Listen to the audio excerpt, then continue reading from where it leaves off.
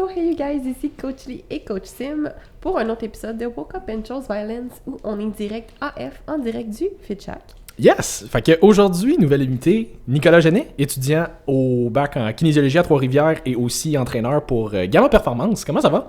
Ça va super bien, et vous? Ah oui, ça va super bien. Merci d'être là. Merci d'être descendu de Trois-Rivières pour venir jusqu'à B-Town pour faire un podcast avec nous autres. Ouais, pour tout le monde en passant, le FitChack est situé à Belleuil sur la rive sud de Montréal. D'où le B-Town, c'est notre ghetto de Belleuil. Ouais, c'est ghetto en crise Belleuil. J'allais dire très belle ville en passant. Ouais, c'est ça. Fait que toi, en plus, qui arrive ici en disant comme Belleuil, ça a l'air d'être une ville genre de retraités, puis comme de personnes de lieux familiales, personnes de riches, autres, c'est le ghetto. Fait que pour les personnes qui te connaissent peut-être un petit peu moins ou pas du tout, puis qui sont comme Nick Who, voudrais-tu juste comme brièvement t'introduire un petit peu, nous dire t'es qui, c'est quoi ton background, c'est quoi ton Pokémon préféré? Je sais pas, comme juste comme donner un petit peu de feedback. Yes, ben dans le fond, moi c'est Nicolas Genet, comme Simon a dit, étudiant en kinésiologie. Je finis mon bac cette année. Ça fait environ 7 ans que je suis dans le domaine de l'entraînement. Ex-gros. Fait que t'as commencé vers l'âge de 4-5 ans. Ouais. Non, en fait, Nicolas a 12 ans. j'ai commencé à 15 ans environ. Dans le fond, j'ai commencé étant obèse, en surpoids, puis de fil en aiguille, ben, je devenais qu'une shape, puis j'aimais ça m'entraîner. Fait que j'ai pas le choix. Puis maintenant, j'ai pas le choix. C'était Puis, ça, pour être gros. aussi, ça fait 5 ans que je suis vegan. Je viens pas ici pour vous convertir. Donc, c'est ça. Puis, je travaille pour Gamma Performance depuis... Ça va faire 1 an bientôt. Et je suis entraîneur, justement, à cet endroit-là. C'est très cool, mais comme parle-nous d'un petit... En fait, c'est surtout pour ça qu'on voulait t'inviter aujourd'hui, parce que je pense qu'il y a encore beaucoup de fausses croyances ou de pensées limitantes par rapport au véganisme, surtout dans le monde de l'entraînement. Fait que déjà, qu'est-ce qui a fait... Déjà, sans nécessairement nous partir dans un gros speech de « je vais vous convertir » parce que, obviously, c'est pas ça qu'on fait aujourd'hui. Mais juste comme, qu'est-ce qui t'a fait t'enligner vers le véganisme, plus que finalement une diète avec de la viande? Ah, ben, en fait... je peux te faire une espèce d'histoire, là. Oui, let's go. On est là pour ça, là. On a 1 heure, là. Là, 5 ans.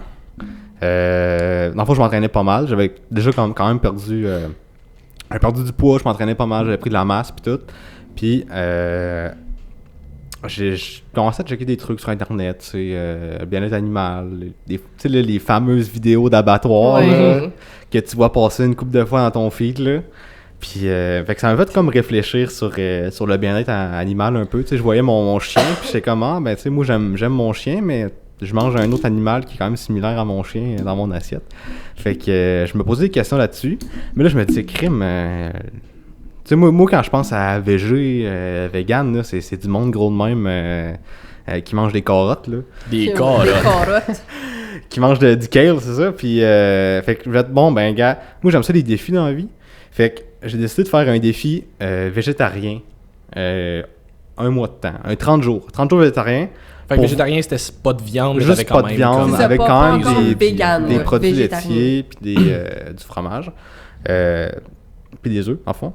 Puis j'ai fait ça comme pendant 30 jours, hein, un défi style je vais te survivre. Ouais, je vais te survivre. Je vais te survivre, puis est-ce que je vais comme perdre de la masse ou perdre de la force? Fait que j'ai fait ça pendant 30 jours. Puis est-ce que c'était, excuse-moi, un végétarien ou est-ce que tu coupes aussi, mettons, poulet puis poisson? Ou t'avais juste coupé la viande rouge? La viande en général. Ok, toute la viande. Juste pas les dérivés. Mettons les termes, souvent les gens qui coupent, mettons, juste mettons la viande rouge, qui mangent, mettons, du poisson, c'est des pesco-végétariens, je me trompe pas. Puis après ça, végétarien, c'est juste sans viande. Ok. Quand même... avec des produits laitiers puis des œufs. Puis végétalien, ça c'est vegan. C'est ça. Mais je vais en parler tantôt parce que c'est pas exactement pareil, vegan puis végétalien. Cool. OK. Donc, j'ai fait 1 mois végé. Fait que là, tu sais, au début, tu sais fuck all quoi manger. Tu sais, quand tu passes de poulet riz brocoli à genre, qu'est-ce que je mange? Ouais, c'est ça, il manque de quoi. Fait que j'ai comme trouvé, tu sais, au fur et à mesure, tu trouves des recettes, tu trouves des alternatives. Puis, ce qui m'a aidé pour faire ce défi 30 jours-là, c'est que moi, à la base, je comptais mes macros. Fait que quand j'ai fait le switch du défi 30 jours VG, ben, j'ai gardé les mêmes macros, puis j'ai gardé les mêmes calories. Fait que pour moi, j'ai pas vraiment remarqué de différence dans ces 30 jours-là, parce que j'avais les mêmes macros, même énergie, même calories. Fait Mais que, comment tu faisais fitter tes macros?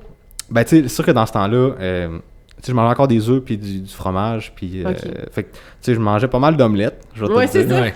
Puis, mais tu sais, tu découvres des légumineuses, tu découvres du tofu. J'avais jamais mangé ça de ma vie. Puis là, en plus, c'était moi qui me le faisais, fait que je savais pas comment Tu sais pas comment ça, l'apprêter, tu sais. c'est ça? Fait que... Tofu sriracha. fait que ouais, c'est ça. Fait que, tu sais, Moutarde. malgré qu'avec Internet, tu sais, tu trouves quand même des recettes assez facilement. Fait que j'ai fait ces 30 jours-là. Puis pendant ces 30 jours-là, ce qui est assez ironique, c'est que mes amis étaient genre, hey, à la fin de ton 30 jours, là, on va faire un gros barbecue. Là, on va fêter ça en grand, on va faire un gros barbecue avec même de la viande. Fait que là, j'étais comme, tu sais, moi aussi, je trouvais ça drôle un peu. Tu sais, j'étais pas assumé complètement. Fait que, genre, on va faire un gros barbecue. Fait que là, je fais mon 30 jours, ça a bien été. Fait que là, étant rendu au gros barbecue, ben là, on fait ça au chalet à mon père. Fait que, on invite, je pense, une vingtaine de personnes. Là. Tout le monde amène de la bouffe un peu. Fait que ça finit que tout le monde a amené full de viande. Mais là, on avait comme amené trop de viande Pour la quantité. pour la quantité de personnes. Fait que ça m'a comme fait réaliser que je viens de passer un mois sans manger. Ça m'a pas vraiment manqué. Puis là, on est là à fêter. Sans manger de viande, Puis- on va spécifier. Oui, il a C'est mangé ça. pendant le Ouais, j'ai pas jeûné 30 jours, là.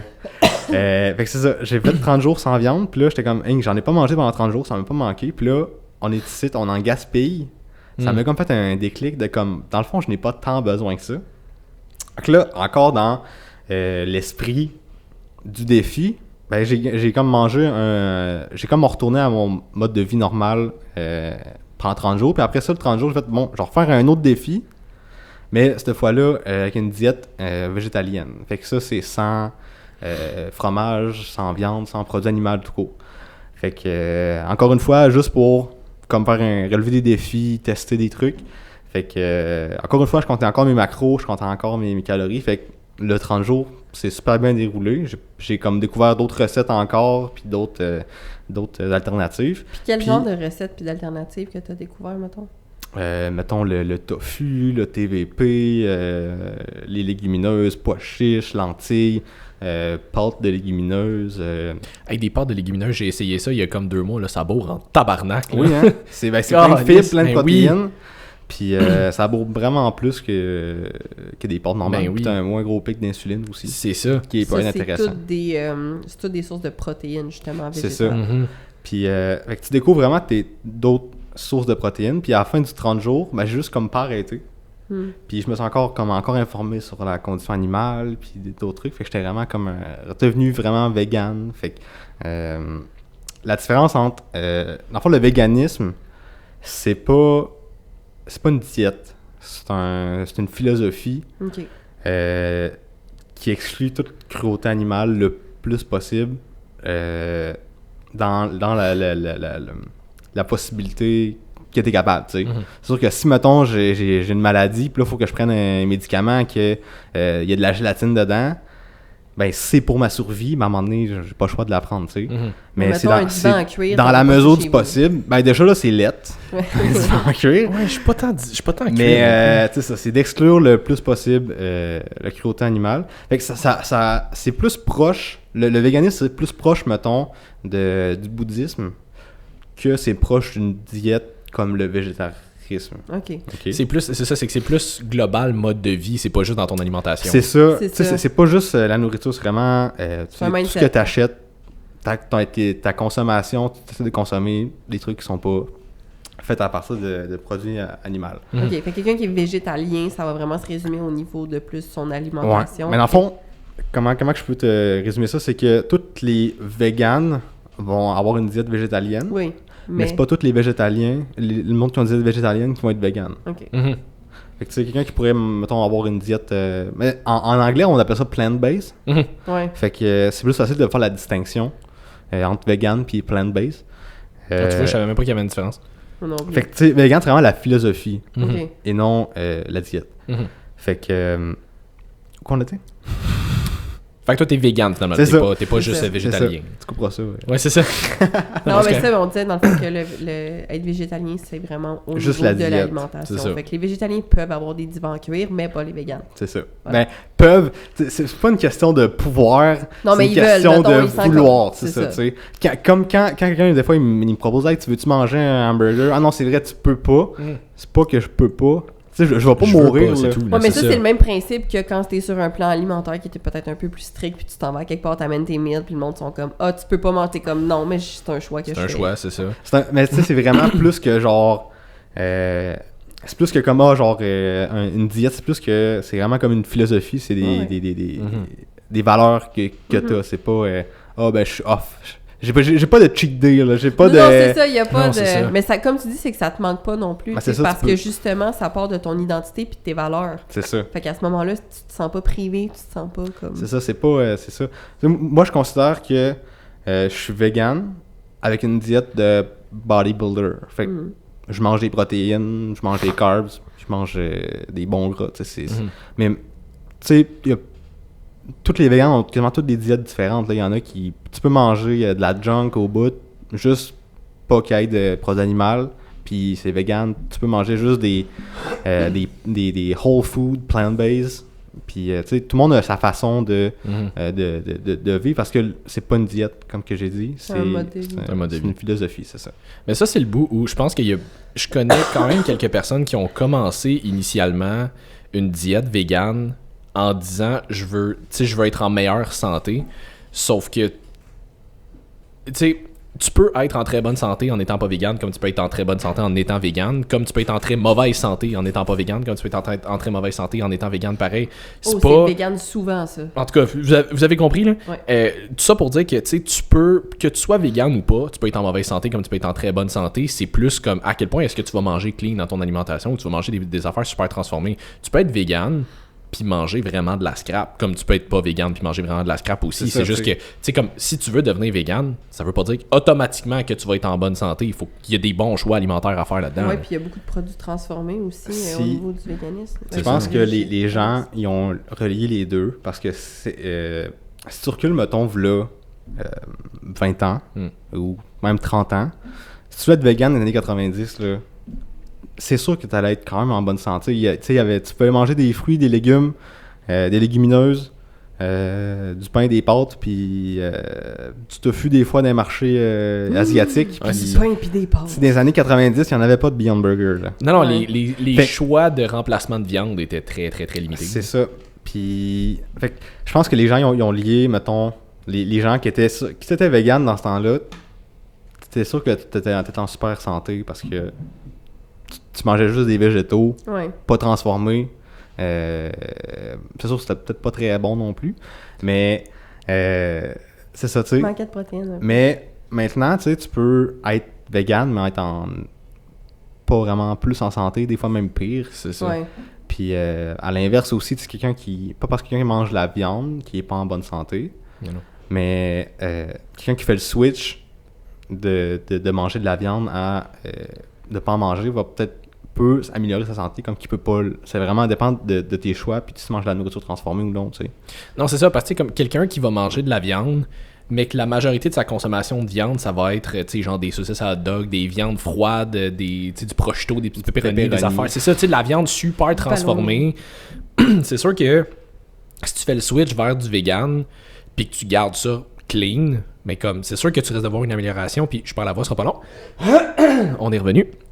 Fait que c'est sûr que si tu fais tu coupes ce genre d'alimentation-là, d'aliments-là de ta vie, c'est sûr que ta santé risque de s'améliorer. Ceci étant dit, si tu coupes ça pour t'en aller vers des produits Beyond Meat crissement transformés, ça va être same but different finalement. T'sais. Fait que c'est plus une question de la qualité de ce que tu vas manger que la viande en tant que telle. Là. Oui, puis les gens qui sont véganes aussi, parce que là, toi, mettons, tu prouves un point que tu peux prendre de la masse puis être en shape comme niveau comme plus bodybuilding gars. Mais il y a l'inverse aussi, tu sais, mettons, je prends comme exemple la blonde à Matt Bouchard, Annie, elle est vegan. Puis, oui, vegan, avec la philosophie puis tout.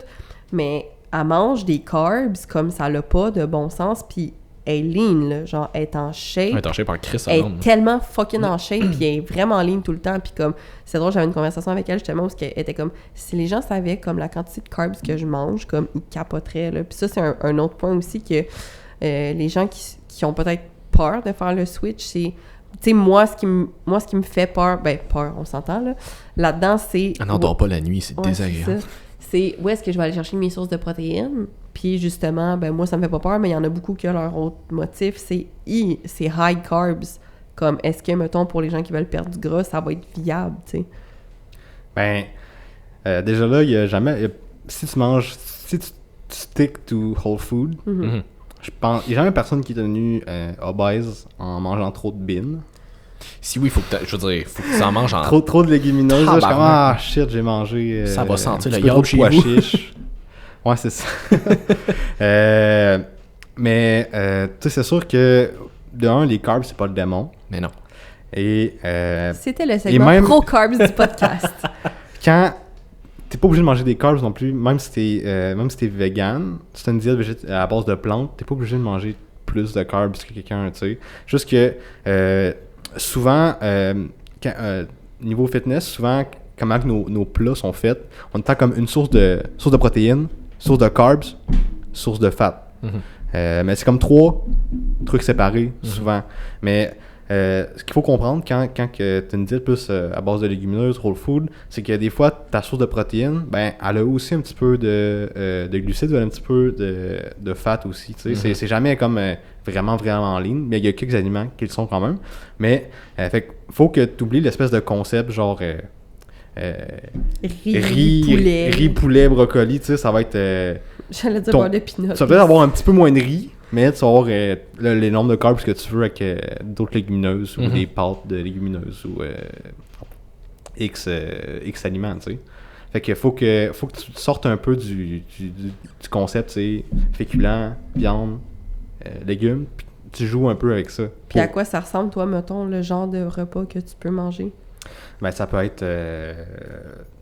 exemple du tofu Général Tao avec I'm in! avec justement des pâtes de légumineuses avec ça, puis un petit peu des noix à côté ou il y a plein de recettes sur internet là, tu sais, Google est votre ami. Ah ouais, clairement. Moi je me souviens, j'en avais parlé dans un autre podcast, mais tu sais, comme moi de façon générale, les What I Eat in a Day, ça me tape parce que moi je me dis ça devrait vraiment comme être individualisé, puis comme si tu veux si tu veux juste des idées de recettes, il y a Google pour ça, mais le tien je l'avais reshare parce que justement je trouvais que c'était vraiment différent, parce que vu que t'es vegan, on s'entend que c'est des recettes que la majorité des gens dans le monde, surtout dans le monde du bodybuilding, il y en a moins des vegans là.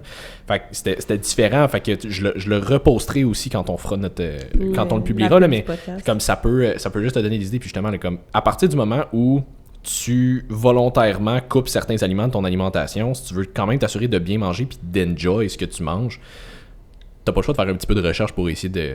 C'est sûr, tu sais, mais aussi c'est dans la culture américaine de manger de la viande à tous les repas. Mais si tu vas un peu plus loin que l'Amérique, tu sais, tu vas en Asie, en Afrique, c'est pas tous les repas qui ont de la viande, puis souvent ils ont aussi des plats à base de légumineuses, de grains entiers et de légumes. Tu sais, faut vraiment que si tu es habitué sur de manger du pâté chinois à tous les repas, ça se peut que déjà, ça se tu rushes un peu. Tu sais. Mais by the way, j'aimerais ajouter que en 2022, si ton argument que le tofu c'est pas bon, c'est parce que, désolé de te l'apprendre, mais parce que t'es pas bon pour cuisiner. T'sais. Mets des épices, mets de la sauce, quand même contrôlée. Oui. Mais tu sais, apprends des recettes que t'aimes, qui va te faire... Mais tu sais, ça, c'est pas juste pour être vegan, tu sais. Assaisonnez vos aliments. Apprenez des façons de cuisiner, tu sais. C'est du essai-erreur pour vrai. Ça, puis comme quand tu essaies de manger clean en général, je suis même pas juste vegan, les épices sont vos meilleurs amis. Puis tu sais, oui, tu sais, moi je suis quelqu'un qui déteste, là, j'aime pas ça, là, me faire à manger, là. Comme, je vais aimer ça, mettons qu'on se fait un souper genre de filles ou quelque chose de même, puis genre on se part une recette, puis genre là on le fait ensemble, ça j'aime ça. Mais sinon, genre, moi, faire mes meal prep chez nous, j'haïs ça. Fait que... Mais le temps que tu trouves c'est quoi les épices puis les recettes que t'aimes, c'est du essai-erreur qu'il va falloir que tu fasses. C'est du temps qu'il va falloir que tu investisses. Mais c'est comme dans n'importe quoi, la préparation va te sauver du temps et du stress après. Fait que prends le temps de justement tester, trouver tes recettes, trouver qu'est-ce que tu veux essayer, trouver tes épices, acheter tes sauces, mettons, soit fit sauce aux calories, whatever. Fais tes tests avant, puis après ça, ça va être tellement facile parce que tu vas savoir qu'est-ce que t'aimes. Mais c'est de l'organisation qu'il faut que tu fasses avant. Surtout si t'es pas habitué, tu sais, là, mettons, moi, les recettes, comme tu dis, de vegan, tu vois, moi, c'est tellement loin de moi que j'en saurais pas par où commencer. C'est fait que j'aurais besoin d'idées, tu sais. Mais fait que je comprends les gens qui, mettons, s'en vont dans le fitness puis ils savent pas quoi manger. T'es comme, mais je sais pas. Fait qu'il faut vraiment juste que vous, justement, faites un peu vos recherches puis faites du essai-erreur sur qu'est-ce que vous aimez, tu sais. Parce que moi aussi, je suis pas une fan des what I eat in a day parce que, comme je le dis tout le temps, moi, je suis plate, là. Je peux manger, genre, de la dinde avec du sel, du poivre, puis genre, du sel d'oignon dedans, puis genre, du riz basmati que j'achète déjà fait, puis genre, mes légumes verts, là, comme... Je peux manger ça tout le temps puis ça me dérange pas, là. Fait que c'est pas un exemple pour des gens qui ont besoin d'avoir plus de motivation puis de saveur puis de goût, là. Mais souvent, le truc, c'est d'avoir une espèce de rotation de 10 recettes. Puis tu fais cette rotation-là de semaine en semaine, puis souvent, c'est rare que tu te tannes, là. Mais pas juste ça, c'est parce que des fois, le monde sont comme, ouais, mais je sais pas quoi manger. Ouais, mais quand tu manges de la scrap, là, je veux pas être plate, là, mais tu varies pas tant plus tes repas que ça dans ta semaine, là. Je suis comme, tu dis, hamburger, hot dog, poutine, pizza, puis pâté chinois. T'en as fait 5, là, comme tacos. Comme ça ressemble pas mal à ça, là. Fait que viens pas me dire que genre, ouais, mais plein de recettes de poulet, ça... Oui, mais tes recettes de poulet, je veux dire, ton goût, il va changer sur un moyen temps, là. Avant que tu te tannes de trouver des recettes de poulet ou genre de whatever, comme t'as le temps, là. Je veux dire, tu peux trouver la même source, littéralement, là, la même source de protéines, la même source de glucides, les mêmes légumes, on peut varier tes légumes. Ouais. Puis juste la manière que tu vas l'apprêter, les sauces, les épices que tu vas utiliser, comme ça peut faire un monde de différence. Hey, juste varier la façon dont tu coupes tes aliments, là, game changer. Moi, des lanières de poulet versus la poitrine, là, game changer. Ou genre, si je me fais des juliennes de légumes me faire une salade, là, versus si j'y mange de même, là, mind blown. T'as pas besoin de plus de variété nécessairement, mais puis par rapport un peu plus, parce que là, je sais que t'as fait une compétition de bodybuilding aussi. En fait, je me préparais pour une compétition. Mais à cause de COVID, ça a été annulé. Oups, ça a été annulé, c'est ça. On va biper ce mot-là. Mais comment ça se passe? Parce que je sais que souvent, surtout vers la fin de la prep, pour la grande majorité des gens, ils ont tendance à devenir justement super low carb, super restreint de ce côté-là. On s'entend qu'à quand t'es vegan, si tu veux garder tes protéines élevées, les carbs doivent rester relativement plus hautes aussi. Fait que, tu sais, comment ça se passait de ton bord? C'est sûr qu'il y a des moyens de vraiment baisser les carbs, c'est de prendre des bonnes sources de protéines. Fait que, tu sais, plus que tu tombes bas en glucides, souvent tu vas aller plus vers des protéines un peu plus, tu sais, tofu, tempeh, seitan. C'est quoi ça? Dans le fond, c'est à base de protéines de blé, souvent qui sont mélangées avec souvent une autre sorte de protéines, fait que soit, mettons, des légumineuses ou du tofu dedans, puis ça avait comme une espèce de mock meat, de fausse viande. Tu peux en acheter, mettons, déjà fait, mais qui sont un petit peu plus d'ingrédients transformés, mais tu peux le faire toi-même aussi, qui est super facile. T'achètes de la farine, de gluten. Le gluten, c'est pas le démon non plus. Non. C'est sûr que mangez pas ça si vous êtes intolérant au gluten. Oui, obviously. Les gens cœliaques, commencez pas. Si vous êtes cœliaque, si vous prenez du seitan, vous allez passer un mauvais quart d'heure parce que c'est quasiment une bonne majorité de gluten dedans. Mais si vous êtes digéré super bien, go for it. Mais ça, c'est une de mes questions aussi. Au niveau de la digestion, comment ça se passe? Au moment du switch, quand tu switches, je conseille pas d'aller all-in au niveau des grains entiers puis tout. Parce que, tu sais, si tous tes repas, c'était, mettons, riz blanc, poulet, un petit peu de légumes, puis tu passes à pois chiches, quinoa, légumes. Hey, si tu vas avoir des fibres au des pied carré fibres. C'est ça, là. Tu vas passer de comme genre 20 fibres gros max à comme 60, là. Ah oui. Le terme scientifique, un fuck-ton. Un fuck-ton, absolument. Fait que si tu fais le switch, moi je conseille, mettons, si tu incorpores des légumineuses, ben peut-être y aller vers du riz blanc, des trucs avec un peu moins de fibres pour te donner le temps à ta digestion de s'adapter s'habituer. un peu, ouais. Mais tu sais, une fois que tu es habitué puis tu vas graduellement, tu sais, moi il y a des journées que je mange peut-être au-dessus de 100 grammes de fibres. Mais c'est parce que moi, j'aime ça, manger beaucoup de légumes. Mais je conseille pas de passer de 20 grammes de fibres à 100 grammes de fibres d'un coup. par jour. Mais non, c'est Parce que ta toilette va pas t'aimer. Puis toi, t'aimeras pas ta toilette non plus. Ta blonde non plus. Ça sent le vécu. Et, fait que c'est ça. Fait que tu sais, aussi, les légumineuses, il y a beaucoup de gens qui disent que ça fait péter. Mais en fait, souvent, ils les rincent pas assez bien dans la canne. Quand tu les rinces comme du monde, c'est plus facile à digérer. Puis t'as moins de gaz aussi. Okay. Mais moi, ce qu'on m'avait dit aussi, c'est qu'il y a un temps d'adaptation pour les légumineuses pour justement ton système digestif, tu y vas graduellement. Mais que quand tu, justement, une fois que le switch est pas mal fait, ça se digère relativement très bien. C'est ça, c'est de vraiment y aller graduellement. Puis de sélectionner justement ces sources de protéines aussi. Parce que, mettons, des légumineuses, ça a des fibres, mais tu sais, mettons, du tofu, ça n'a pas vraiment de fibres. Fait que, tu sais, mettons, commencer plus tofu, seitan qui n'ont pas de fibres, tempeh qui en ont un petit peu, puis s'en aller graduellement vers des légumineuses, pas de légumineuses, lentilles. Mais c'est ça, c'est de pas y aller all-in. Cold turkey, de 0 à 100. Surtout que tu manges plus de dinde. C'est ça. Cold turkey, encore vivante. C'est ça. Ouh. Ta flatte. Mais comment, puis ça c'est une affaire qu'on parle souvent aussi, là, comme le côté, je vais appeler ça pression sociale, entre guillemets, mais tu sais, comme l'environnement autour de toi, on l'a tout expérimenté quand on a passé de je m'entraîne pas à là, je m'entraîne, on fait des changements, surtout au niveau alimentation, il y a toujours le côté social après ça qui va comme te passer 8000 commentaires tout le temps jusqu'à ce que maintenant, comme ça devienne ton identité. Tu sais, toi, cette transition-là entre je mange de la viande puis je deviens vegan, tu t'es-tu fait donner souvent des commentaires là-dessus, ça a-tu été raide? C'est sûr que de mon côté, je pense que j'ai été un peu chanceux. À cause que quand j'ai commencé mon processus de perte de poids, juste commencer à m'entraîner, ben j'ai comme commencé à un peu cuisiner moi-même. Même si j'habitais encore chez mes parents à l'époque, j'ai commencé à cuisiner moi-même, cuisiner mes propres plats. Fait que quand j'ai fait le switch, ben tu sais, c'était juste mes plats à moi qui changeaient. Fait que, tu sais, mes parents, ça les dérangeait pas là, que je mange de poulet riz brocoli ou que je mangeais non, c'est ça. Tofu riz brocoli. Ben eux autres, ils mangeaient le hot dog pareil. Là. Fait que, c'est ça. Fait que, ils n'ont pas embarqué, là. Non, ils n'ont pas embarqué, eux autres. Mais c'est ça, tu sais. Moi, j'ai quand même été chanceux, mais c'est sûr que pour certaines personnes, ça peut impacter un peu plus. Tu sais, des gens qui habitent chez leurs parents puis qui mangent ce que leurs parents font. Ou du monde qui habite avec le copain, copine, que les autres sont vraiment pas là-dedans puis ils mangent ensemble. Fait que des fois, ça peut créer certaines frictions. Je te dirais que le plus difficile, souvent, c'est peut-être au niveau restaurant. Quand tu sors avec des amis, genre. Sortie sociale, mais tu sais, en 2022, il y a quand même beaucoup d'options vegan dans les restaurants. Fait que je te dirais que c'est vraiment moins pire aujourd'hui que, je te dirais, les années 90. Ouais. On est vraiment comme choyé là, en 2022. Mais tu t'es pas fait passer trop de commentaires de ton entourage, outre les parents, mettons, là, les amis ou...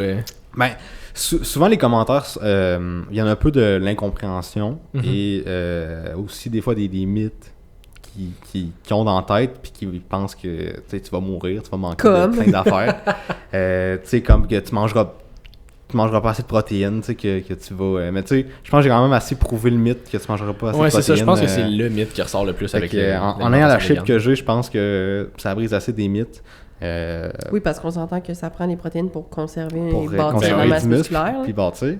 Mais souvent, ce mythe-là, à la base, je le comprends, il vient d'où? C'est que, tu sais, souvent, tu sais, les gens qui s'entraînent, déjà là, c'est une faible partie de la population. Ouais. Puis les gens qui sont véganes, ça aussi, c'est comme une petite partie de la population. Des fois, c'est pas des cercles qui se rencontrent ensemble. Non. C'est ça. Fait que, tu sais, des fois, ça va être des gens un peu plus granola, je sais pas comment trop les décrire. Ouais, mais je comprends ce que tu veux dire. C'est ça. Puis, les gens qui s'entraînent... tellement d'insulter les Ah, mais je suis le premier à faire des jokes de vegan. Là, fait que... Vous avez le sens de l'humour? Ben oui. C'est surprenant, mais on n'a pas le choix. Hein? Oui, ça dépend lesquels.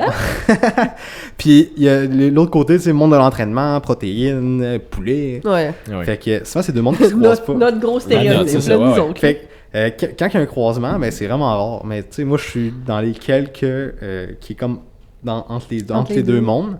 Mais tu sais, parce que souvent, les gens-là, ça ne leur intéresse pas de prendre la masse nécessairement. C'est pas dans leurs objectifs. Puis, et vice-versa, tu sais.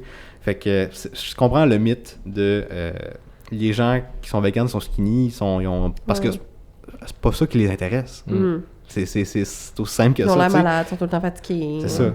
Mais souvent aussi, il y en a juste qui font... Tu sais, à la base, comme j'ai dit, c'est un choix éthique. C'est pas nécessairement un choix pour la shape ou la nutrition ou pour justement perdre du poids ou whatever. Fait que des fois, le monde, ils n'ont pas vraiment d'intérêt à améliorer leur alimentation. Ils veulent juste pas faire de mal aux animaux. Non, c'est ça. Il y a des gens qui mangeraient juste du pain à l'année longue parce que c'est tout ce qu'ils peuvent manger. Ben, ils le feraient parce qu'ils sont passionnés, puis c'est ça que... Éthiquement parlant, selon leur quantité et leur valeur, c'est ça qui... C'est ça. Ouais. Et moi, ce que je trouve drôle là-dedans, c'est que le commentaire de « Ah, mais tu mangeras pas assez de protéines » vient souvent de quelqu'un qui mange déjà pas assez de protéines. Tu sais, ça va venir d'un commentaire de quelqu'un qui mange 2 toasts là, au Nutella le matin. Ouais. Après ça va manger comme un sandwich au ballonné le midi. Puis après ça, 18 plats de pâtes, je l'ai changé. Fait que après ça va manger juste comme des pâtes, un spaghetti le soir. T'en manges pas plus de la protéine, Big. C'est il est ça. où ton concern, il vient de où, là? Ben, tu sais, généralement, quand tu dis aux gens que t'es vegan, on dirait que tout d'un coup, ils viennent des experts nutritionnels. Là. C'est comme, En fait, peu importe de quel type de nutrition tu parles, les gens deviennent experts. Ouais, instantanément. Instantanément, là. Ouais. Que ce soit en bodybuilding ou que ce soit justement pour le véganisme ou whatever. Là. Mais ça, il y a beaucoup de mythes. Je peux en débunker. Oui, Ouais, j'allais dire, ben il y en a-tu... Bon, la protéine, ça, c'en est clairement un, là, mais... Sinon, c'est sûr que, tu sais, comme mettons la B12, ça, c'est une vitamine. Dans le fond, dans une diète à base de plantes, on peut aller chercher tous les nutriments et qu'on a besoin, excepté la vitamine B12, qui peut être vraiment difficile à aller chercher. Que dans le fond, la B12, c'est créé par une bactérie dans le sol. Fait que si, mettons, quelqu'un mangerait des légumes du jardin, tu sais, qui lavent pas trop, il y aurait probablement de la B12. Ça, c'est moi. Mais, ou tu sais, juste boire, mettons, de l'eau d'une rivière. Ouais, non. Je le conseille pas. Le monde sont genre, alright, I got this. T'aurais de la B12, mais c'est le même principe pour dans la viande aussi, tu sais. C'est dur d'avoir de la B12, mettons, naturellement. Souvent, dans les élevages et dans l'industrie de la viande, Ils sont shootés. ils injectent de la B12 aux animaux pour, après ça, comme que la viande soit supplémentée en B12. Puis aussi dans la viande, ben tu sais, comme j'ai dit, la B12 c'est sécrété par une bactérie, fait qu'un animal mort, des fois il y a des bactéries dedans, puis il y a de la B12 dedans. Fait que, mais fait que c'est ça. Fait que la B12 c'est important pour quelqu'un qui mange pas de viande, de se supplémenter en B12. Mais la B12, je conseille aussi aux gens qui mangent de la viande de supplémenter quand même. Parce que c'est pas tout, justement, les élevages qui shootent les animaux. B12. Il y a une bonne partie de la population qui est en manque de B12. Fait que ça peut être intéressant de supplémenter en B12, justement. Et aussi, ça prend vraiment du temps avant de vider ses réserves de B12. Donc ça peut prendre, je pense, jusqu'à 7 ans, si je me trompe pas. Fait que c'est vraiment de quoi qui peut être subtil, tu sais, que tu t'en rends pas compte. Puis à un moment donné, boum, ça te frappe. Puis là, c'est vraiment grave. Là. La B12, c'est super important pour le cerveau, la cognition, puis l'énergie aussi. Tu développes des symptômes anémiques aussi, éventuellement. Fait que, tu sais, comme si un moment donné, tu te rends compte que graduellement, tu deviens de plus en plus fatigué, puis tu comprends pas trop pourquoi. Ça se peut que ça soit... Je pense que je vais aller me chercher de la B12. Et il y a aussi la vitamine D, qui peut être un petit peu plus difficile à aller chercher en étant vegan. Par contre, même les gens, encore une fois, qui sont pas vegan, je conseille quand même de se supplémenter en vitamine D, parce que on vit au Québec, c'est dur d'avoir assez de soleil. On vit beaucoup en dedans aussi. À part pour comme 12 jours dans l'année. Ouais. À moins quelqu'un qui vit sa plage à l'année longue, puis qui se fait tanner. C'est ça, c'est un argument qui revient souvent là, chez les gens qui sont comme « Ouais, mais j'ai du soleil, fait que j'ai assez de vitamine D. » Ouais. La fenêtre de ton char, ça compte pas. Ça compte pas, c'est ça. Mais ça, vitamine B12 puis vitamine D, c'est bien de se supplémenter. Puis il y a beaucoup de gens qui critiquent ça, qui disent « Ah, mais là, c'est pas santé, c'est pas naturel. Tu prends des suppléments. » Je te confirme que toi aussi, tu en prends des suppléments. Puis même que tu sais peut-être pas que tu prends des suppléments, parce que justement, la viande des animaux sont supplémentés en vitamines, en minéraux. Même le lait, souvent, est supplémenté en vitamine D. Les œufs, ils peuvent être supplémentés aussi. Donc, En fait, n'importe qui en fait, tout qui le monde- regarde pas son alimentation, juste c'est ça. tu peux pas parler de supplémentation puis dire que c'est pas santé. Là. Non, c'est ça. Tu n'es pas santé, point. Ouais, dans la population générale. La population, genre, la diète, l'alimentation générale des américaine, gens, c'est ça. T'es pas en santé.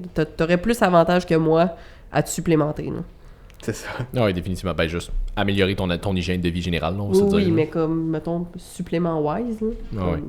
Mais encore là, tu sais, on s'entend, là, comme je trouve que le supplément, c'est quelque chose de trop facile à programmer. Puis comme, tu sais, à un moment donné, c'est que si tu corriges pas le bobo, tu fais juste essayer de mettre un plaster dessus avec un supplément, mais comme... Hey, j'ai 600% de B12 dans mon Monster. Oui. Ceci C'est n'était pas une pub pour aller vous chercher un Monster maintenant. Les gens sont comme, OK, c'est laisse, on va tout boire du Monster. On n'est pas sponsor encore par Monster. # sponsor us please. Ouais. Mais c'est ça, mais puis je sais que ça c'est quelque chose que, comme on en a parlé brièvement, mais t'as-tu vécu, ça a été quoi ton mindset quand t'as voulu passer de je commence à m'entraîner? C'est-tu parce que c'est-tu parce que toi-même t'as voulu faire ça pour toi? C'est-tu parce que tu te faisais niaiser que t'as voulu un moment donné comme prendre une décision de casser ça ou? En fond, j'ai été. Moi, je le dis tout le temps, là, j'étais un petit gros dans mon cœur. Dans le fond, j'avais vraiment un surpoids quand j'étais jeune. Puis, rendu à 15 ans, tu sais, tu veux pogner un peu avec les filles, tu sais, t'es pas en shape, t'as pas tant de. Au secondaire. Tu pognes pas tant. là. Ouais. Fait que je dis, je vais aller au gym, c'est assez, je vais m'en reprendre en main. Fait que, Je me développerai pas une personnalité, moi, aller développer des muscles. ouais. Je pensais que c'était ça le problème. Mais, fait que c'est ça, fait que j'ai décidé de m'entraîner. J'ai commencé dans mon On sous-sol sait avec... aujourd'hui que non. Ouais, c'est ça. j'ai commencé dans mon sous-sol avec des haltères en ciment là, qui pètent quand tu les échappes. ouais. Là, ouais. Ah, ouais. Fait que j'ai commencé là parce Excuse-moi que ça. dans ma tête, j'étais pas assez en shape pour aller au gym. Fait que j'étais dans mon sous-sol Ok. Oh. à lever des poids. Mais gars, de fil en aiguille, j'ai assez pris de confiance en moi pour Ouais, mais rejoindre au le moins, gym à t'as un moment donné. commencé à quelque part. Moi, ce que j'aime de ce que tu viens de dire, c'est ça. C'est t'avais peut-être pas assez confiance en toi parce que tu pensais que t'étais pas assez en shape pour aller au gym, mais tu t'es quand même pris en main. T'as pas juste fait « Je suis pas assez en shape pour m'entraîner, Fait que je m'entraînerai fuck off, jamais. C'est ça. » Fait C'est que props à toi. Fait que à 15 ans, justement, j'ai commencé à m'entraîner chez nous. Après ça, j'ai été dans un gym. Puis au début, c'était vraiment... j'ai fait toutes les erreurs pas possibles de perte de poids. Peut-être pas toutes. J'écoutais quand même des vidéos un peu fitness sur YouTube. Shout-out à Thibaut InShape, que j'écoutais ardument à 15 ans. Nice. Fait que je mangeais dinde légumerie. Fait que je sais pas, j'ai une bro face assez importante dans ma vie. Mais Mais je pense que peut-être pas la grande majorité, là, mais je pense que beaucoup de monde, quand Oui, ils la grande commencent, majorité. Ouais. ont une phase de bro phase, justement, là, comme le bro science, là. ben Puis les filles, c'est les phases de toutes les diètes pas possibles. C'est Puis ça, les affaires fucking workouts trop HIIT, restrictives, puis puis ouais. c'est ça. je trouve que ce qu'il y a du bon dans la bro phase, c'est que ça t'apprend une discipline, d'avoir une discipline Ouais. qui est peut-être pas tout le temps l'énergie à la bonne place, mais tu deviens driver avec une bonne discipline. Puis après ça, quand tu as le knowledge pour ensuite faire des trucs qui font du sens, Ouais. ben tu as déjà la discipline d'installer, tu sais. Ouais. Wow. Est-ce que je pensais que tu continuais, mais oui, absolument. Puis, mais mettons, ça a été quoi ta transition plus côté mental après ça? T'as-tu eu comme un côté, genre t'as pris confiance au fur et à mesure, puis finalement c'est ça qui a fait que t'as été au gym, mais en dehors de ça, tu sais, mettons, sans nécessairement me dire tu pognais-tu plus avec les filles, mais juste comme, tu sais, mettons, Finalement. Je motif, confirme que non. mais tu sais, comme le motif en dehors de ça qui t'a amené au gym en premier lieu, ça c'est quelque chose qui a changé, c'est quelque chose qui a été travaillé ou? Ben, tu sais, Ouais, ton au- why, qui était de pogner des filles, comment ça s'est développé cette histoire-là? Attends, de pogner avec les filles, pas de pogner les filles, c'est vraiment weird, dis de même. mon why à la base, Il y a juste Nick qui est comme... c'était de perdre du poids. OK. Ouais. Mais Pour les filles. ça, c'était un effet secondaire que j'espérais avoir. Finalement, ça n'a pas eu lieu. Ça a pas- Ouais. Mais mon why est devenu plus une espèce de... mon but premier, c'était de perdre du poids. Après ça, ben, quand j'ai vu que c'est juste ancré dans mon mode de vie, ben, c'était juste après ça de juste être en santé et de développer mon plein potentiel par la suite. Essayer de développer plus de masse musculaire, avoir plus de force, plus de cardio, que je travaille encore. Cardio. Tout le monde qui font du bodybuilding adore faire du cardio. Tout le temps. Mais c'est de constamment s'améliorer à l'infini, ad vitam aeternam. Ah ouais. Puis moi, je veux te ramener sur ta B12, parce que ça aussi, je pense que c'est un autre mythe à débunker, que justement, on s'enlignait là-dessus tantôt, mais que pour être capable de survivre à une diète végane, végétalienne, qu'il faut que tu prennes un fuck ton de suppléments tout le temps. Ouais, c'est vrai que ça revient souvent aussi. C'est sûr que si tu manges un peu n'importe quoi, ça peut être plus dur d'avoir assez.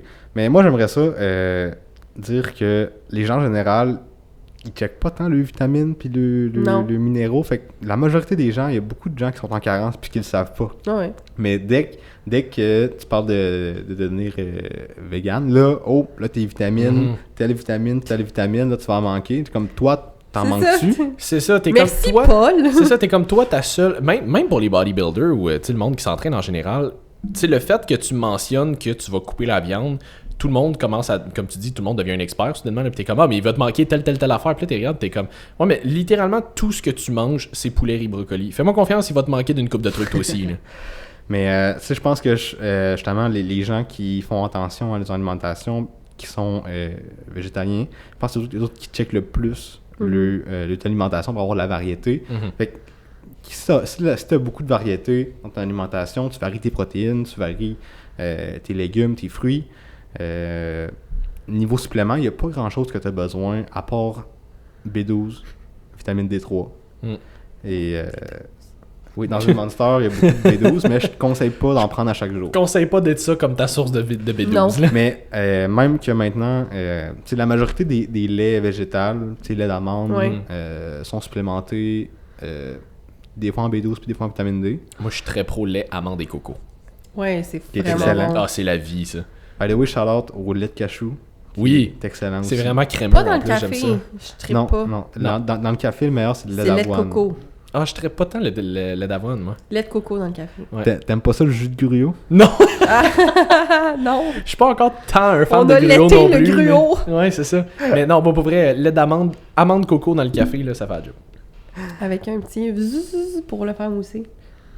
Ouais, ok. Puis, niveau supplément, vegan, pas vegan, je conseille aussi d'autres suppléments. Mais tu sais, c'est juste que c'est difficile d'en avoir assez, peu importe l'alimentation. Oui. C'est oméga 3, Ouais. qui est quand même assez dur d'aller chercher. Les oméga 3 vegan, souvent sont faits à partir d'algues. En fait, les poissons mangent les algues. Oui. Ça Ce tombe qui dans fait le que les poisson. poissons ont de l'oméga 3. C'est ça. Mais si tu prends l'algue Direct. directement, ben ça coupe le processus. Puis tu le T'achètes ça ou des oméga 3 vegan? Magasin naturel de suppléments. Comme? Shop Santé, Y en a? Popeye. Oui. OK. Souvent, par exemple, souvent sont pas en gélule, souvent sont plus en liquide. C'est les algues directes dans Ouais, le c'est ça, fond.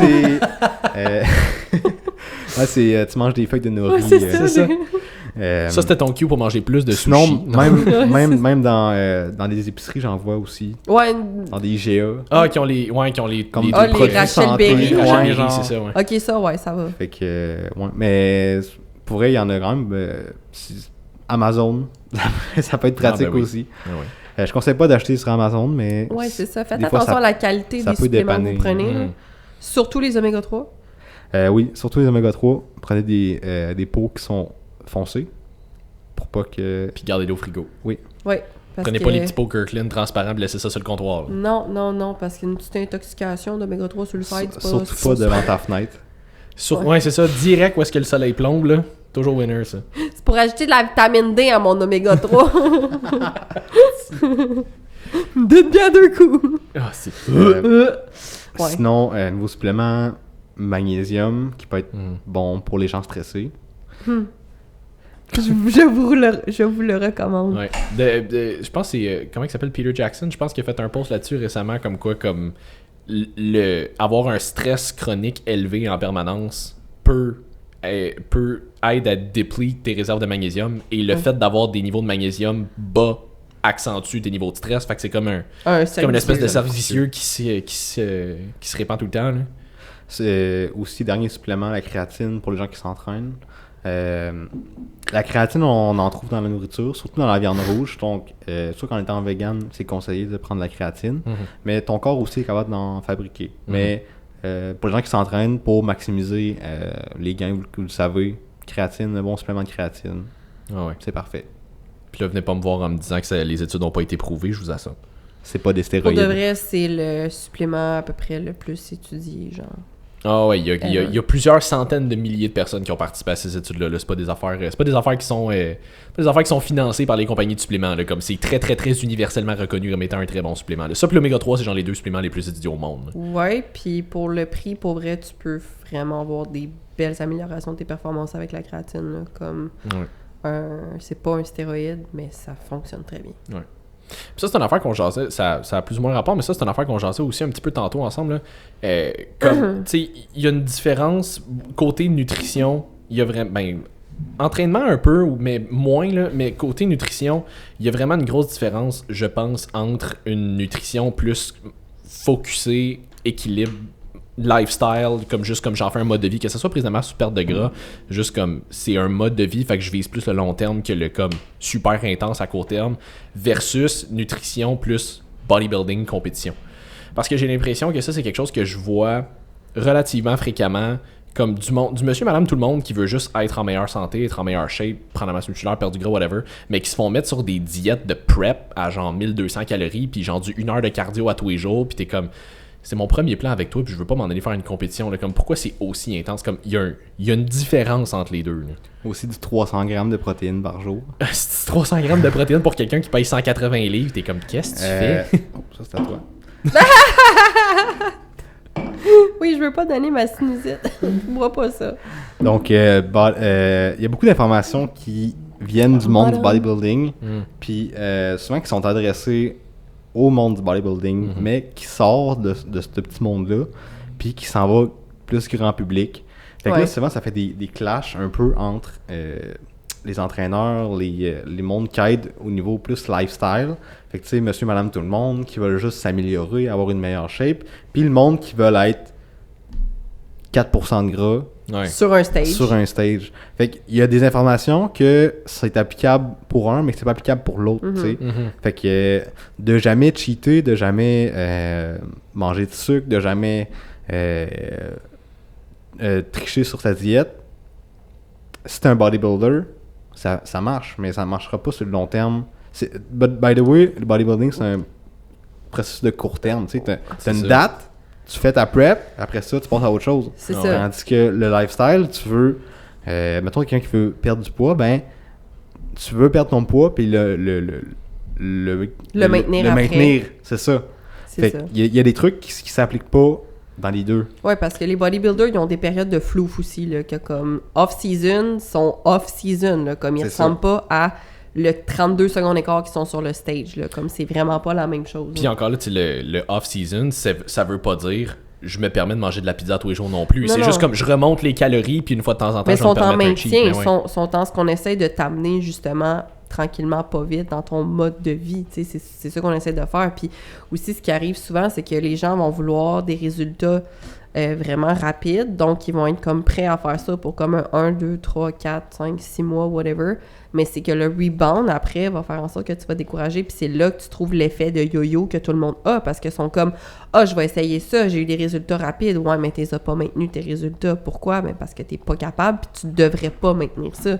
Puis tu sais, pour ceux qui font ça aussi, c'est comme, mais c'est quoi ta marge de manœuvre après? Tu startes quelqu'un à 1200 calories avec 5 fois du cardio 1 heure par semaine, plus les workouts de muscu. C'est quoi ton buffer après? Genre, tu fais quoi? Tu descends à 1000 calories, puis après ça, tu descends à 800, puis tu rajoutes du comme, c'est pas un bodybuilder.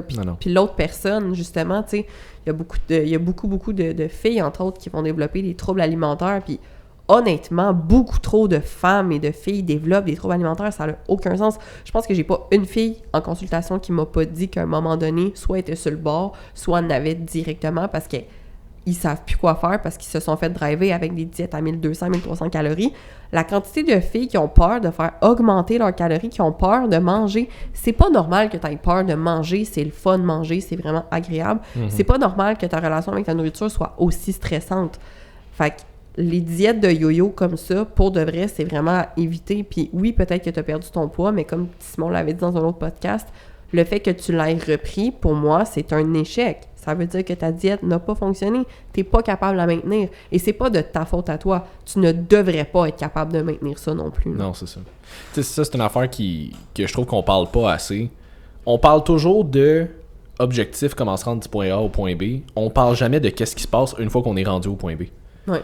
Parce que comme, ok, c'est cool, t'as été capable de perdre ton poids. Que tu l'aies perdu en 1 mois ou en 8 mois ou en 2 ans, je m'en crisse, mais comme t'as été capable de perdre ton poids. Cool. Il se passe quoi après?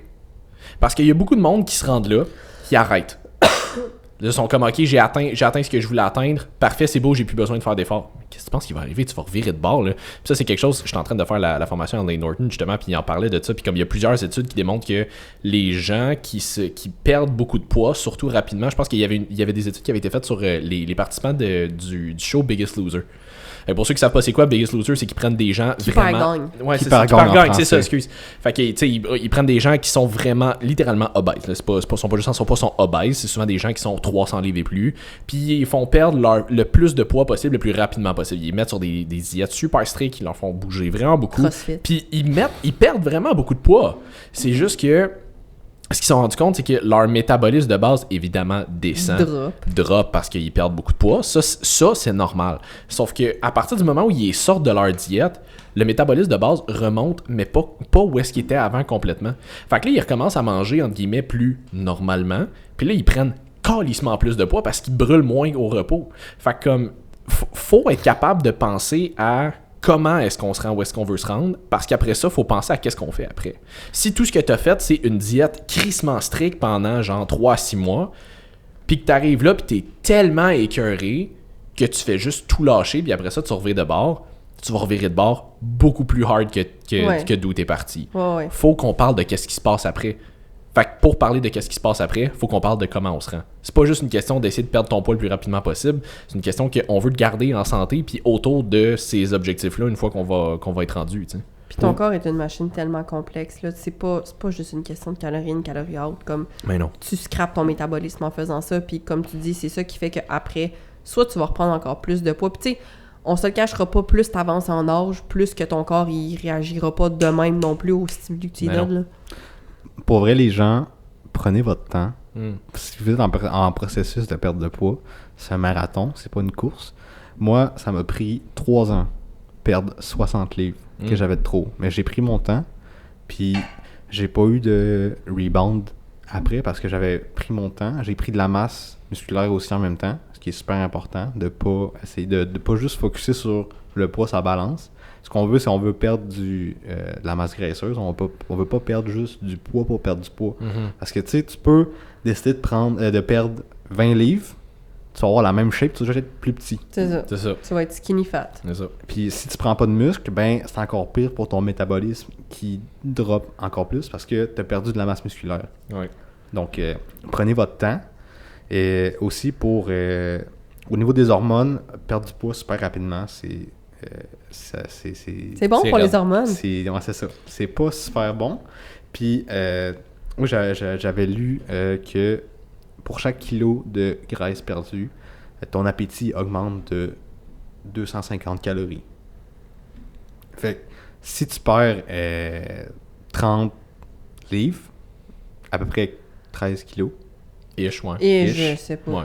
Ben, 13, mettons, là. C'est 250 calories x 13 que t'as faim. Fait que c'est normal que plus que tu perds du poids, plus que t'as faim. Fait que pour ça, il faut que tu étires le processus le plus long possible pour justement que tu t'habitues à cette faim-là. Puis plus que tu prends de la masse, plus que tu vas pouvoir manger sans reprendre de la masse adipeuse. Non, c'est ça, ça va garder ton métabolisme de base plus élevé parce que justement, il faut que tu dépenses plus d'énergie juste pour la maintenir, cette masse musculaire-là. Puis, c'est juste parce qu'il fait chaud un peu. Mais que j'allais dire, mais c'est ça. Puis une autre étude que j'avais vue de Lane Norton, qui avait, ben c'est pas lui qui l'a fait, mais c'est lui qui l'avait montré. Il avait fait une étude sur des rats à un moment donné, puis on s'entend. On peut pas nécessairement tout prendre les études sur les rats pour du cash, mais ça nous donne quand même une bonne idée, là. Puis il disait, il avait pris des rats, puis il leur avait fait perdre du poids. Il avait calculé combien de temps ça avait pris. Une fois qu'ils avaient perdu leur poids, ils les avaient laissés remanger comme ils mangeaient normalement. Puis ça a pris 2 fois moins de temps à reprendre qu'à perdre. Là, après ça, ils ont voulu les refaire perdre le même poids qu'ils avaient laissé reprendre. Ça a pris 2 fois plus de temps que la première fois. Puis après ça, ils ont voulu les faire reprendre leur poids une autre fois et ça a pris 2 fois moins de temps que la première fois que ça leur avait repris à monter. Fait que plus tu fais le yo-yo, plus ça te prend du temps à descendre, moins ça te prend de temps à remonter. Fait que ton corps s'adapte là-dedans. Plus tu le draines, plus ton métabolisme il descend. Donc, plus ça va être difficile de perdre, plus ça va être facile de remonter. Fait que c'est comme, faut arrêter de viser le super rapide. Faut viser le long terme. À moins comme on dit, puis là on parle vraiment pour le équilibre. Si tu veux en faire, si tu veux en faire un mode de vie de bodybuilding parce que tu veux compétitionner, puis tu veux gagner, puis tu veux être die-hard là-dedans, c'est une autre game. On parle pas à toi en ce moment-là. Là, faut que tu sois intense, t'as pas le choix. Là, faut que tu sois intense. Mais justement, c'est un autre mode de vie. Ce mode de vie-là ne peut pas être appliqué au monsieur, madame, tout le monde qui veut faire ça. Puis il y a personne qui a dit que le bodybuilding c'était santé non plus. Non, c'est ça. Comme tout le monde le dit, là, comme tu fais pas des compétitions de bodybuilding pour être en santé. Tu fais des compétitions de bodybuilding pour gagner, pour compétitionner. T'as l'air en shape, t'as une shape, ta santé, c'est une autre game. Une autre game. By the way, être en santé, ça veut pas dire avoir des abdos. Non, c'est ça. C'est bien important de le rappeler. Faut faire vraiment la différence avec ça. Parce qu'il y a bien du monde qui sont comme ah ouais, mais tu sais, comme moi je veux des abdos, fait que je vais être en meilleure santé. Mais c'est pas parce que quelqu'un est en shape que la personne est en santé. Là. Comme c'est pas parce que quelqu'un est pas en shape qu'il est pas en santé non plus. Comme faut faire la différence. Là. C'est pas interchangeable. Non, c'est ça. C'est pas directement relié. C'est ça, ils sont pas mutuellement exclusifs. Là. Il peut y avoir une petite corrélation, mais... Ouais. Oui, mais je veux dire, comme généralement parlant, quand t'es en meilleure shape, pas nécessairement en prep de compétition, on s'entend, mais juste comme en meilleure shape, t'as un peu plus de masse musculaire, ton pourcentage de gras est un peu plus bas. Généralement parlant, tu devrais être en meilleure shape que quelqu'un qui est obèse, on va se le dire, là. Mais comme, même là, c'est des généralisations. C'est pas 100% des cas. Les gens qui sont vraiment, vraiment minces, mais qui mangent tout le temps de la scrap, à un moment donné, même si on l'air mince, la scrap qu'ils mangent va les rattraper au niveau de leur santé pareil.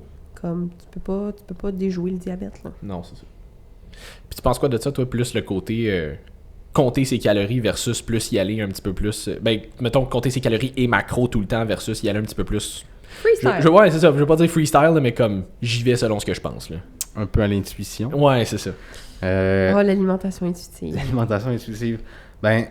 C'est sûr tellement que mal comprise. Dans un monde parfait, plus naturel, plus avec juste des aliments whole food, c'est sûr que ça serait super facile de juste se fier à son intuition, puis de juste de manger à sa faim, puis de juste y aller avec le gros bon sens.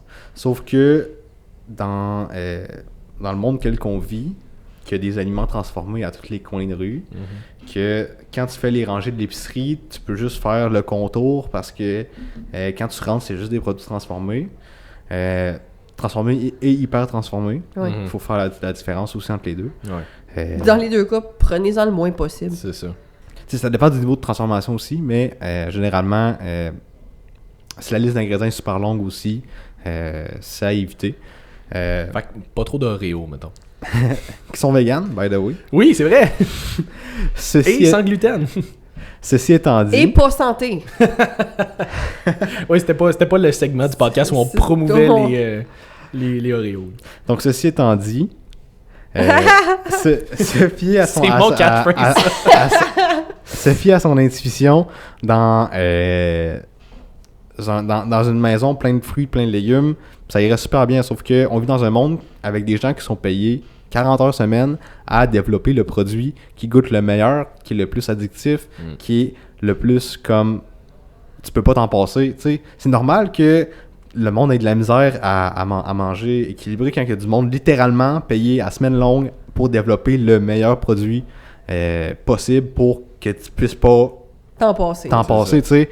Il y a du monde, tu sais, pourquoi c'est si dur de prendre un sac de chips puis juste prendre une poignée puis le resserrer? Aucune chance. C'est parce que le sac de chips, il est fait pour que... Tu veuilles en prendre plus.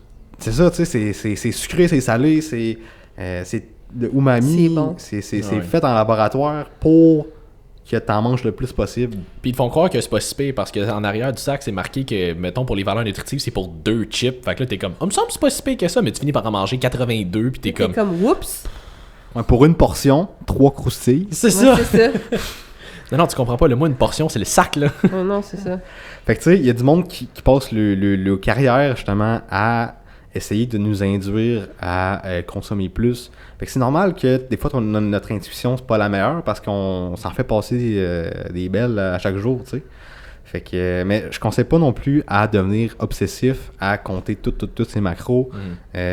Pour un objectif à court terme, ça peut être utile, mais sur le long terme, c'est vraiment de faire un mélange des deux, tu sais, de connaître un peu les aliments, connaître ses macros un peu, savoir de reconnaître ses signaux de faim, reconnaître sa digestion, et ensuite, après ça, avec tout le knowledge que tu as, après ça, c'est de faire des bons choix, puis de connaître son corps, puis d'écouter son corps. Oui, mais l'affaire avec l'intuition, c'est ça le problème, c'est que si ton quand ton alimentation est relativement saine, que tu manges du whole food pas mal tout le temps, tu peux plus te fier à tes signaux de faim, tu peux plus te fier à ta digestion, tu peux plus te fier à ton corps en général parce que tes signaux sont corrects. Mais comme on en avait parlé avec Mathieu Bouchard, le problème avec les gens qui mangent beaucoup transformé, c'est que tu peux pas te fier à ton propre corps parce que tes signaux sont erronés. Parce que justement, ce que tu mets dans ton corps, c'est de la merde. Fait que ton corps gère de la merde. Fait que tu peux pas écouter ta leptine pis ta ghrelin parce que clairement t'as tout le temps faim à des heures qui sont pas possibles. Pourquoi? Parce que tu donnes pas des nutriments que t'as de besoin. Fait que ton corps métabolise ce qu'il peut de la manière qu'il peut avec ce que tu lui donnes, tu sais. Fait qu'il y a ça aussi que l'alimentation intuitive, si tu manges bien, c'est possible, sinon pas vraiment. Puis parce que ton intuition va tout le temps dire de manger des Oreos puis des chips, là, justement, là. Puis c'est pas parce que t'en as besoin, là. Je te confirme que tes craves de sucre, là, c'est pas parce que t'as besoin d'une crème à glace, là. Non.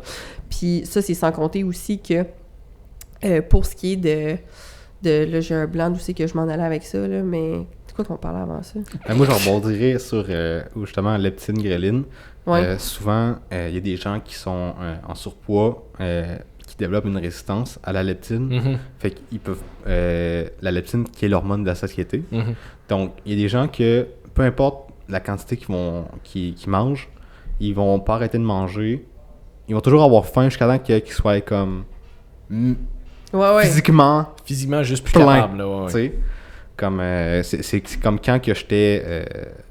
plus en surpoids, ben j'avais de la misère avec ce concept de satiété, tu sais. On disait mange à ta faim. Mais moi, manger à ma faim, c'est quand j'ai faim en tabarnak, c'est ça. Quand mon estomac est défoncé puis que j'ai envie de vomir, j'ai plus faim. Puis tu sais, ça a encore un impact encore aujourd'hui que moi je peux pas décider de comme je vais manger à ma faim. Finalement, j'ai développé une résistance à la leptine qui m'empêche de vraiment écouter mon corps. Tu sais, le petit signal que la petite lumière dans ton dash, là, ben moi, elle est brûlée, cette petite lumière-là. Fait qu'il faut que des fois, j'ai pas le choix de me fier à mes macros puis tout. Mais pour quelqu'un qui est une bonne résistance, qui est pas résistant à la leptine puis qui a un bon métabolisme, il serait supposé de te fier à ces signaux-là. Exactement, puis c'est là les macros. Aussi, je pense, pour tout calculer, non, de ta vie au complet, si tu fais pas du bodybuilding, le but, idéalement, c'est d'aller vers quelque chose de beaucoup plus intuitif, justement pour éviter les troubles alimentaires, mais je pense que c'est quand même important que tu commences à calculer puis t'apprennes c'est quoi tes macros avant.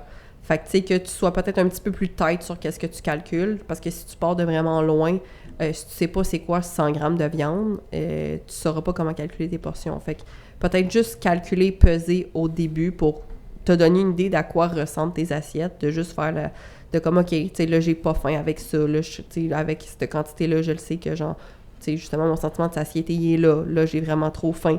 Apprendre aussi quels macros vont fitter pour toi, parce que c'est pas la même chose pour tout le monde. Est-ce que tu réponds mieux peut-être aux fats, aux glucides? Est-ce que, justement, t'aimes mieux manger beaucoup plus de protéines pour ton sentiment de satiété, ou t'es correct avec plus de glucides parce que t'es plus stressé, whatever? Fait que c'est quelque chose à regarder aussi au niveau de tes macros. Je pense que c'est bien de calculer au début et éventuellement le but c'est justement d'éviter d'avoir tout le temps à calculer au gramme près puis à la macro près. Là. Mais moi c'est pour ça quelque chose que je recommande souvent à mes clients qui veulent, tu sais, mettons qu'ils sont plus là pour le côté long terme, habitude de vie, ils veulent pas nécessairement prendre la masse musculaire, veulent pas nécessairement prendre du gras, c'est plus comme bien-être général. Je leur recommande toujours quand même, au moins pendant ne serait-ce qu'une semaine, de calculer un petit peu plus leur portion, juste pour se donner une idée un petit peu de si c'est censé avoir l'air de quoi. Ça va être plus facile d'avoir une bonne intuition après ça quand tu sais un peu ça a l'air de quoi. Si je te dis mange 150 grammes de poulet, whatever quelle viande, 150 grammes de viande, pis que t'as aucune idée c'est quoi, ça se peut que t'en mettes vraiment pas beaucoup, comme ça se peut que t'en mettes vraiment trop. Même principe pour ton riz, tes pâtes, ton whatever.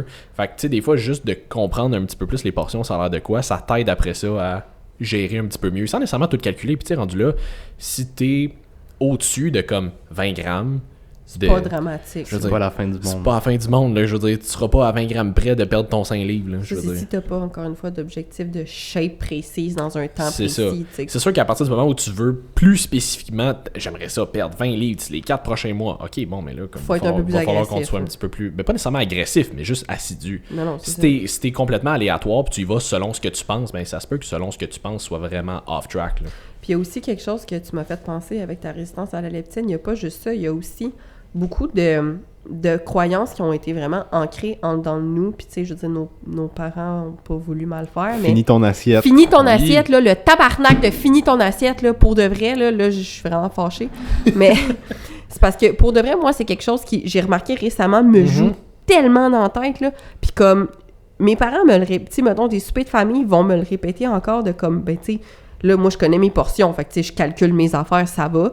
Mais tout le temps, des comme... Soit tout le temps se faire dire les affaires, soit tu manges pas beaucoup, c'est donc même pas une grosse portion, ou ben non, mais prends-en encore, ou ben, mais là, t'as pris ça, fini là ton assiette, t'es comme, c'est parce que ça soit du trash en dedans de moi, puis que ça stocke en graisse, ou que ça aille dans la poubelle, c'est trash dans les deux cas. Fait que comme, se faire dire des affaires de même, là, guys, je vous comprends tellement les gens qui doivent dealer avec ça, comme, sur une base quotidienne. Puis si vous avez des enfants, là, j'ai pas d'enfants, fait que j'ai pas de conseils à donner à personne, mais s'il vous plaît, ces phrases-là déjà préfaites de genre « finis ton assiette ». Non, finis-la pas, ton assiette, écoute-les, tes signaux de faim. T'as plus faim, c'est ça. Tu vas pas donner ton assiette à l'enfant en Afrique, OK? Elle peut aller dans la poubelle, ça va être correct. On peut-tu collectivement arrêter avec ça, s'il vous plaît? C'était mon segment Woke Up and Chose Violence sur un moyen temps. Puis au restaurant, tu sais, prenez-le le petit doggy bag, là. Ouais, prends-le pour rapporter ton assiette. T'es pas obligé de te forcer à finir ton assiette. C'est ça. Si t'as plus faim, écoute ton corps. Écoute ton corps. Parce que ce signal-là, si tu l'écoutes jamais, ben il va juste partir. C'est ça. Comme j'ai dit tantôt. Tu sais, comme c'est très facile de guilt quelqu'un d'en continuer de, tu sais, comme, mais comme, il te reste juste 4 bouchées, là, comme, t'es capable, force-toi. Non, ta gueule. J'ai plus faim. C'est ça. Genre, mange-les, toi, si tu le veux. Moi, je le mangerai pas. Exact. Oh non, pour vrai, ça, c'est quelque chose que je suis pas... Hey, finis tes gamins. Toi, finis mes 4 bouchées. C'est ça. Genre, vas-y, défonce-les ton estomac, lâche le mien. Yo, ça me fâche.